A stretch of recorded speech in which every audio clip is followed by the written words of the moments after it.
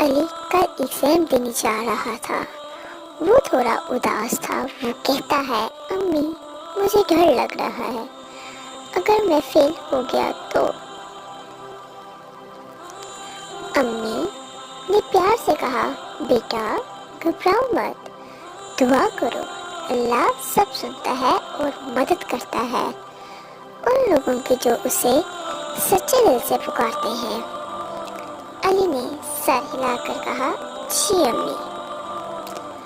اس رات علی نے اپنے ہاتھ اٹھائے اور اللہ سے دعا کی، یا اللہ مجھے ہمت دے، میرے ایگزامز میں مدد فرما، میں پوری کوشش کروں گا، بس تو میرے ساتھ رہنا۔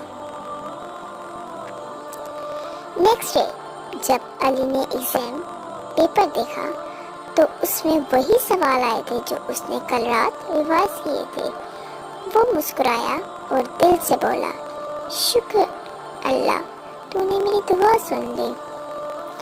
علی گھر آیا اور بولا، امی اللہ نے میری دعا سن لی۔ امی نے کہا، دیکھا بیٹا، دعا کبھی ضائع نہیں ہوتی، اللہ ہر دل کی آواز سنتا ہے۔ بچوں، ہمیں اس کہانی سے یہ سبق ملتا ہے، جب مشکل آئے تو گھبراؤ مت، دعا کرو، اللہ سب سنتا ہے۔